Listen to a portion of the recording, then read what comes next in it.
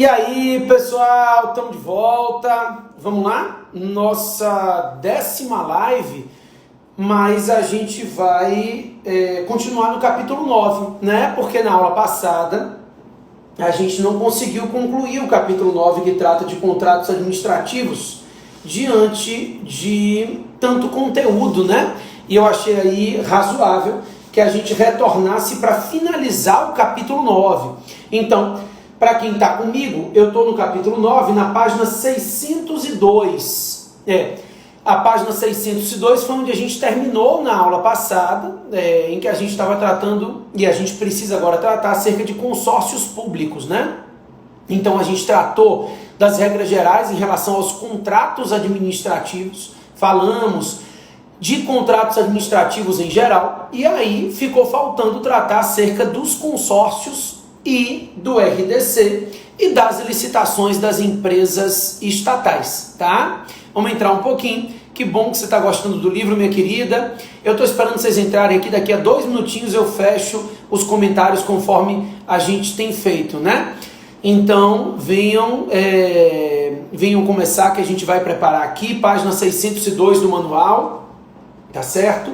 Eu vou lembrar, enquanto a gente vai esperando, que ao final da live eu vou disponibilizar um cupom de desconto que vai valer das 20 às 22, Mateus 2020, tá? Então Mateus com TH, tudo maiúsculo, 2020, vai ser o cupom, ele vale das 8 às 10 da noite para o livro, e o cupom para qualquer uma das isoladas do Aprenda, né? É Mateus com TH 10, Mateus maiúsculo também, Mateus 10, você tem lá tanto a isolada completa de administrativo, como a de licitações e contratos, quanto a de improbidade, quanto a que trata dos aspectos em sistema de crise, de pandemia, eu e a Flávia, né? Então, ficam aí as dicas e a gente pode voltar para começar. Já deu aí os 2 minutinhos, que era o tempo que vocês iam entrar. Eu vou fechar aqui os comentários. Só um segundo. Vixe, eu fiz alguma besteira. Agora já foi.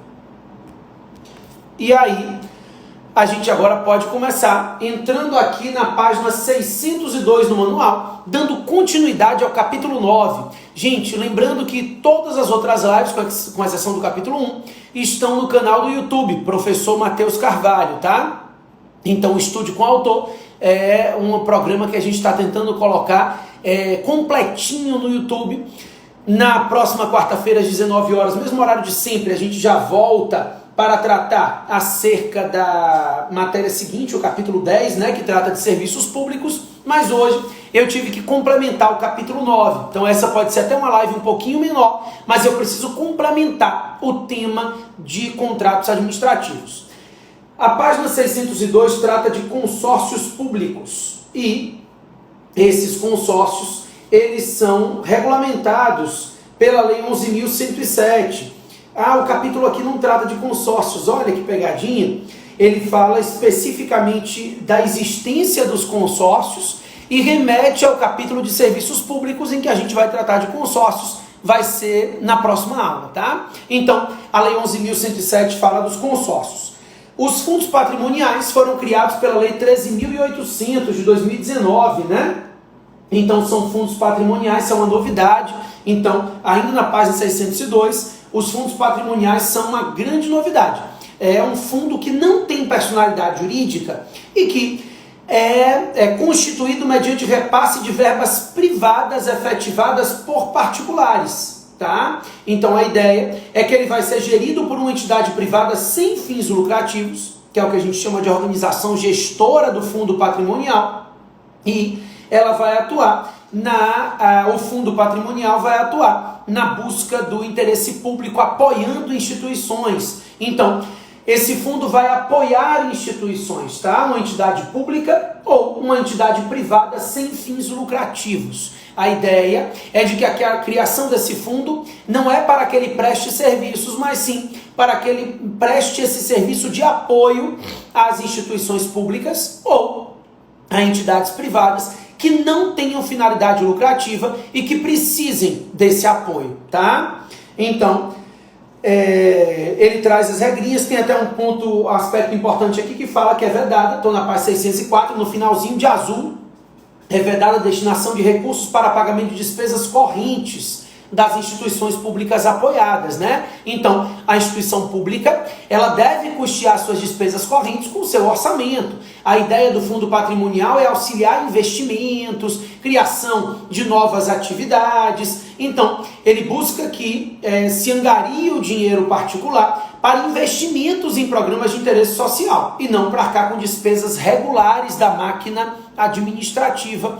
Esses fundos patrimoniais formados com patrimônio privado vão apoiar ou entidades públicas ou entidades privadas sem fins lucrativos, tá?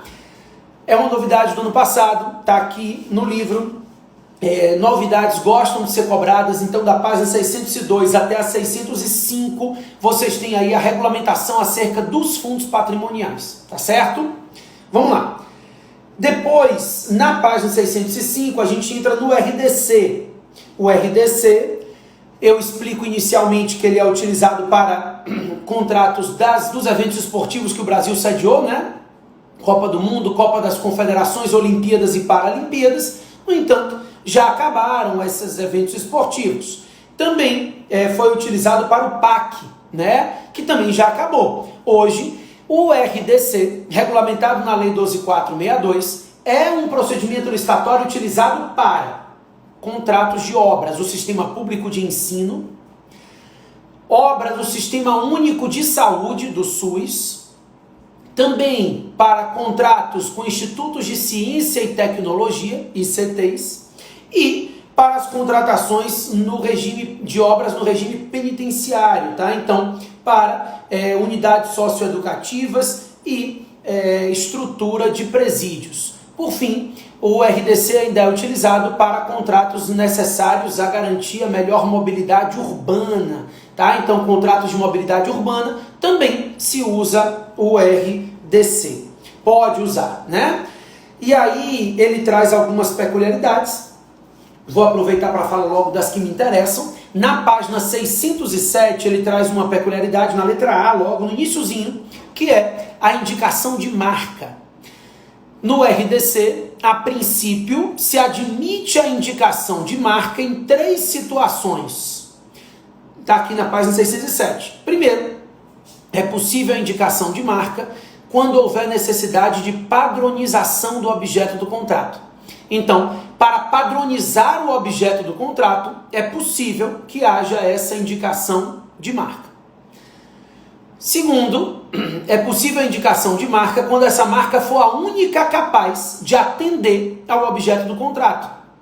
Então, no primeiro caso, quando houver necessidade de padronização. No segundo caso, quando a marca for a única capaz de atender o objeto do contrato. No terceiro caso, é possível indicar a marca para facilitar a identificação do objeto. Aí a marca não é exigida, tá? Ela é só indicada. Então, a marca tal, ou similar, ou de igual qualidade, a marca é indicada somente para facilitar a identificação do objeto. Então, são as 3 hipóteses em que a lei permite essa indicação de marcas, tá? Daí se trata do procedimento da licitação do RDC. Aqui vale a pena a gente começar a anotar isso aqui. O que acontece? Nós temos a fase preparatória, que é a fase interna, não muda. E aí publica-se o edital. A lei estabelece, estou na página 608, lá na parte de procedimento da licitação. Ó, item 1 e item 2, publicação do instrumento convocatório. A lei 12.462, ela diz que o edital vai ser publicado no Diário Oficial e no sítio eletrônico do órgão responsável pelo procedimento licitatório. Então, publica-se o edital no Diário Oficial e no site oficial do órgão. Lembrando que para obras de valores mais baixos, contratos de valores mais baixos, desculpe, obras até 150 mil e bens e serviços até 80 mil, não precisa publicar no diário.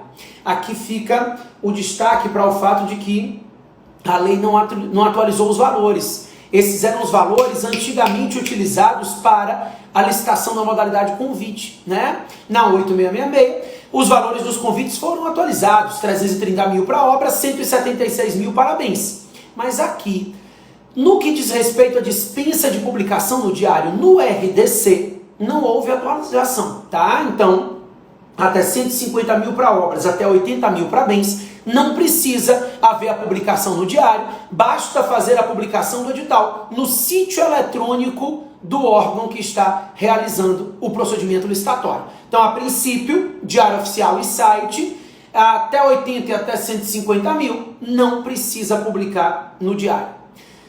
Depois que é publicado o instrumento convocatório, vai ser feita a apresentação de propostas ou lances, né?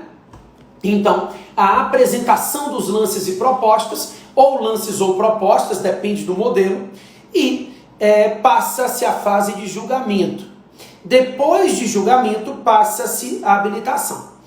É interessante que você veja que, em regra, no RDC, primeiro se classificam as propostas para depois habilitar, tá? Então, em se tratando de RDC, primeiro é feita a classificação e julgamento, depois passa-se a fase de habilitação. No entanto, a Lei 12.462 diz que o edital pode prever a inversão de fases.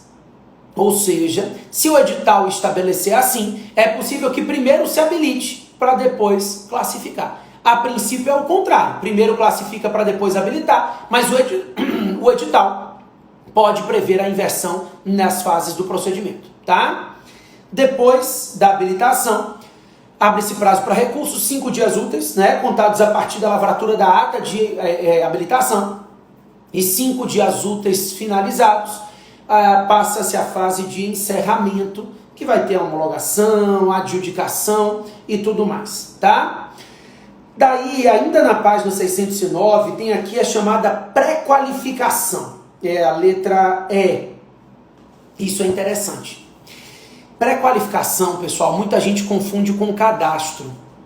Isso, porque na 8666 você aprende que qualquer empresa interessada pode se cadastrar no órgão público.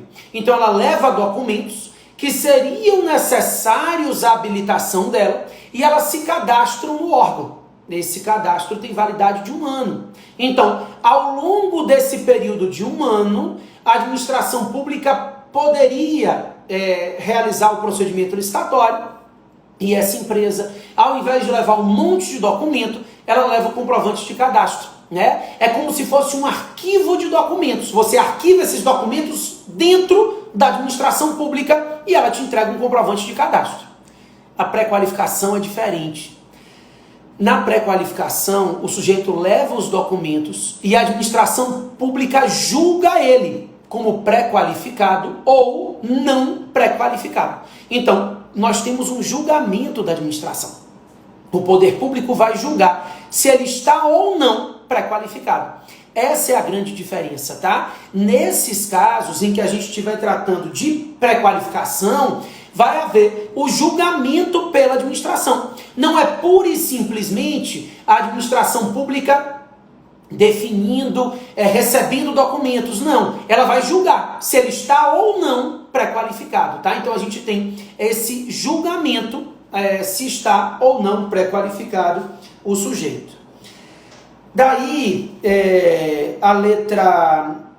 Tem um aspecto interessante que é a letra H, na página 610, que fala da contratação integrada, né? A contratação integrada, pessoal, eu estou separando, né? Separando alguns pontos importantes. A contratação integrada é bem importante. O que acontece? Nós aprendemos na aula passada, acho que sim, se não vou falar agora, que quando a administração pública vai executar uma obra, primeiro ela deve contratar alguém que vai elaborar um projeto básico, depois alguém que vai elaborar um projeto executivo e depois vai ser feita a execução da obra, tá? Então a obra é feita em 3 etapas. Nós temos um projeto básico, temos o projeto executivo e depois a obra. O projeto básico, ele abrange o projeto arquitetônico e a planilha orçamentária. Então é o projeto mesmo, o arquitetônico, que vai ser utilizado e mais a planilha orçamentária. O projeto executivo, inclusive nesse projeto básico, que vai se definir mais ou menos o valor da contratação. No projeto executivo a gente tem um projeto de execução, em que a administração define o cronograma físico, estabelece prazos, divide a obra em metas e estabelece prazos para cada uma das metas.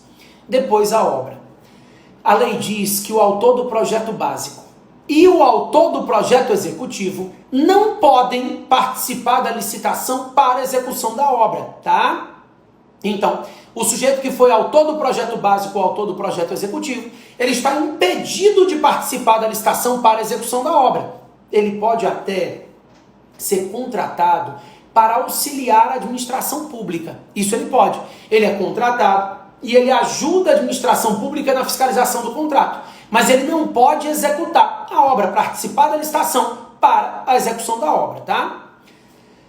Na contratação ainda da 8666, ainda lá, se estabelece que para dar maior celeridade, a administração pública pode contratar o projeto básico e depois fazer a licitação para a obra, deixando a cargo do vencedor a elaboração do projeto executivo.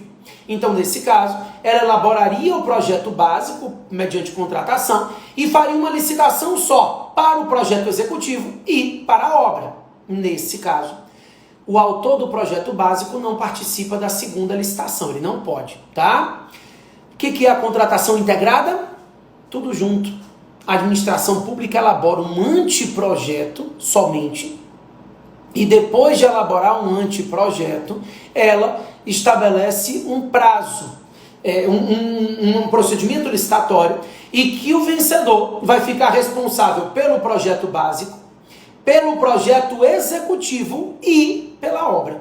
Então isso é o que a gente chama de contratação integrada. O vencedor da licitação, ele elabora as 3 etapas, a administração faz somente um anteprojeto, tá? Beleza. Daí eu vou pular para as licitações das estatais. Na página 612, a gente começa com dispensa e inexigibilidade, e aqui vale destacar primordialmente os incisos 1 e 2, os itens 1 e 2 aí do item 20.1, que é a dispensa em razão do valor, tá? Vamos lá, vamos relembrar um detalhe. A Lei 13.303 é a lei que trata do Estatuto das Empresas Estatais. Essa lei é de julho de 2016, mas no que diz respeito aos aspectos de licitações e contratos, ela teve uma vacácio de 24 meses. Então ela se aplica para as empresas públicas e sociedades de economia mista a partir de julho de 2018. Essas estatais não usam mais a 8666, seguem a Lei 13.303, tá? Daí, na dispensa em razão do valor, tá logo no iniciozinho aqui da parte do artigo do item 20, né? Nessa dispensa em razão do valor, nós temos uma regra diferenciada. Nós tínhamos aprendido na 8666 que a princípio a dispensa do valor era assim: dispensável a licitação para contratos de até 10% do convite. E algumas entidades, agência executiva, consórcios públicos, essas entidades tinham dispensa de licitação até 20% do convite. Então, a princípio até 10%, algumas entidades até 20%. No caso das empresas estatais, não se usa percentual do convite, tá? A lei diz que a empresa estatal tem dispensa de licitação para obras até R$100 mil e para aquisição de bens e serviços até R$50 mil, tá? Então, isso está aqui na página 612, logo no iniciozinho do item 20.1, se prevê a dispensa das estatais quanto ao valor, até R$100 mil para obras, até R$50 mil para bens, não se usa nenhum percentual do convite nesse caso, tá? Beleza. Daí ele traz outras hipóteses de dispensa e tudo mais. E aí o 20.2, que fala na página 614, diz que o pregão será a modalidade licitatória preferencial para esses contratos. Na verdade, a gente pode até chamar de pregão, tá? No entanto, embora a gente chame de pregão, na prática, o que a gente tem aqui não é um pregão, porque o procedimento licitatório a ser utilizado vai ser o procedimento da Lei 13.303. Então a gente pode chamar de pregão, mas vai usar o procedimento da 13.303 e não da Lei 10.520, tá? Então a modalidade será preferencialmente o pregão, mas o procedimento a ser seguido vai ser esse daqui, que a gente vai conversar agora. O 20.3 traz os tipos de licitação e os intervalos mínimos. Dá uma lida, tá? Então você vai ver que aqui não é só menor preço, melhor técnica, técnica e preço e maior lance. A lei prevê 8 tipos diferentes. Então menor preço, maior desconto, técnica e preço, melhor técnica, melhor conteúdo artístico, maior oferta, melhor destinação de bens alienados, maior retorno econômico, né? Então nós temos outros critérios de escolha do vencedor, diferentes daqueles da 8666. É a página 615 e 616, que trata inclusive dos prazos de intervalo mínimo a serem utilizados nessas licitações da 13.303. Você vê que são todos eles em dias úteis, né? Beleza. O procedimento se inicia, está aqui na página 616. Vem comigo. Preparação. Então a gente tem a fase interna, que é a fase preparatória. Depois, divulgação do edital. Não tem previsão legal, então a gente publica o edital regularmente. Depois disso vem a apresentação dos lances ou propostas. A Lei 13.303 permite ou o modelo de disputa fechado ou o modelo de disputa aberto. Então, isso vai ser definido pelo edital. Então, nessa licitação das estatais, é possível que o modelo seja fechado ou aberto. Ou será uma disputa fechada por meio de propostas lacradas, ou por meio de lances públicos e sucessivos, o modelo aberto de disputas também vai ser admitido, tá? Daí, depois que é feita a apresentação dos lances, a gente vem para a fase de julgamento. Depois do julgamento, inclusive dê uma olhadinha nos critérios de desempate, os da Lei 13.303 e do RDC são iguais, eles têm algumas regras diferentes da 8666, tem a disputa fechada, tem a avaliação de desempenho contratual prévio, então muda um pouquinho, tá? Depois vai ser feita a verificação da efetividade de lances ou propostas e a negociação do preço. Tudo isso dentro das propostas. Vou repetir, eu falei apresentação, julgamento, verificação da efetividade de lances ou propostas, se for modelo aberto ou fechado, e a negociação. Depois disso, passa-se a fase de habilitação. A habilitação aqui é bem restrita, não se segue todas as regras do artigo 27 da 8666, não. A lei diz que a habilitação vai exigir habilitação jurídica, então a empresa tem que existir de fato, né, de direito também, ter registro, CNPJ, habilitação jurídica. Também a qualificação técnica, então ela tem que mostrar que ela tem condições técnicas de executar o contrato, e a qualificação econômico-financeira. Só isso. Quando se tratar de uma licitação do tipo maior oferta de preço, aí pode-se exigir o recolhimento da quantia, né? O adiantamento da quantia vai servir como critério de habilitação. E aí, nesse caso, se dispensam os outros requisitos, basta fazer o recolhimento da quantia. Depois abre prazo para recurso, 5 dias úteis, adjudica e homologa ou revoga o procedimento licitatório. A lei fala depois de pré-qualificação permanente, a gente já conversou, cadastramento, registro de preços, nenhuma novidade aqui, tá? Mas você está me seguindo, página 618, 619, eu tenho 2 pontos interessantes para conversar com vocês. Primeiro, antes de entrar nos 2 pontos, eu quero lembrar que os contratos das estatais não são contratos administrativos. Eles são contratos celebrados com empresas estatais que têm personalidade jurídica de direito privado. Então, os contratos dessas empresas não têm natureza de contratos administrativos. São contratos privados celebrados pelas empresas estatais. E aí, 2 aspectos eu queria conversar aqui nessa conversinha rápida nossa. Primeiro, na página 620, que fala da vigência, da duração dos contratos das estatais. A regra é que esse contrato deve ter vigência de, no máximo, 5 anos. Regra. Vamos para as exceções. A regra é que os contratos firmados pelas empresas estatais devem durar, no máximo, 5 anos. 2 exceções. Primeiro, a lei diz que é possível firmar o contrato por prazo superior a 5 anos para projetos contemplados no plano de negócios e investimentos da empresa pública ou sociedade de economia mista. Então, se forem projetos contemplados no plano de negócios e investimentos da empresa estatal, é possível o contrato ser firmado acima de 5 anos. Segundo, Também é possível nos casos em que a contratação superior a 5 anos seja uma praxe de mercado. Lembre que essas estatais muitas vezes atuam no mercado em livre concorrência. Então, se os contratos acima de 5 anos para aquele objeto é uma praxe do mercado e essa imposição de 5 anos inviabiliza ou onera excessivamente o contrato, também se pode firmar o contrato acima de 5. Então, pode ser acima de 5, se for uma prática do mercado, né, uma prática rotineira, a contratação acima de 5 anos, e aí a imposição de 5 anos iria onerar excessivamente, ou até mesmo inviabilizar essa contratação, tá?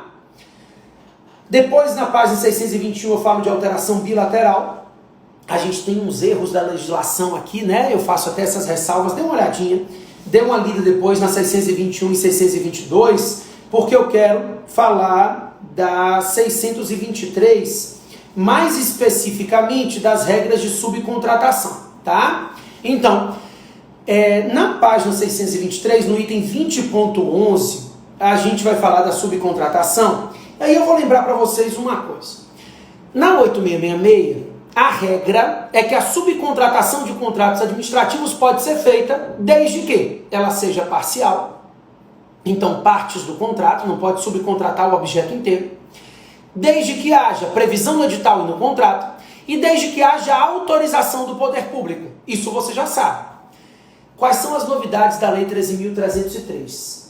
A lei diz que é vedada a subcontratação de uma empresa que participou da licitação. Então, se ela participou da licitação e perdeu, ela não pode ser subcontratada. E também não se pode subcontratar a empresa que atuou na elaboração do projeto básico ou executivo. Né? Se eu não posso contratar para a obra a empresa que elaborou o projeto básico ou executivo, não é razoável que ela possa ser subcontratada. Isso está no artigo 78 da Lei 13.303 e na página 623 aqui do livro, tá? Depois tem um pedaço do livro que eu quero que você tome bastante cuidado, que é a parte de convênios e contratos de repasse. Eu não estou falando aqui do terceiro setor, a gente tem um capítulo específico, mas os contratos de repasse e as PPIs, os programas de parceria e investimentos, tá? Dá uma lida, toma cuidado com isso. Também temos um aprofundamento para a prova objetiva, que é a aplicação do CDC nas relações de consumo, um tema sempre palpitante aí nas provas de segunda fase, questões mais complicadas, mais complexas, tá? E na próxima aula, na próxima quarta, a gente entra no capítulo 10. Pessoal, lembrando duas coisas, 3. Primeiro, Mateus 10 é o cupom para você adquirir qualquer uma das minhas isoladas do Aprenda. É aprenda.com.br para você dar uma olhada nas isoladas, tá? O segundo ponto é que eu vou liberar um cupom de desconto que vale das 20 às 22 horas, que é o cupom Mateus 2020. Esse eu vou liberar agora, tá? E o terceiro ponto que eu queria dizer para vocês é que a pós-graduação de Direito Administrativo já está no ar, a turma extra. Eu e o Igor Pinheiro estamos fazendo essa coordenação da pós-Direito Administrativo do SESC. Muito bacana, vocês vão gostar sem dúvida, tá?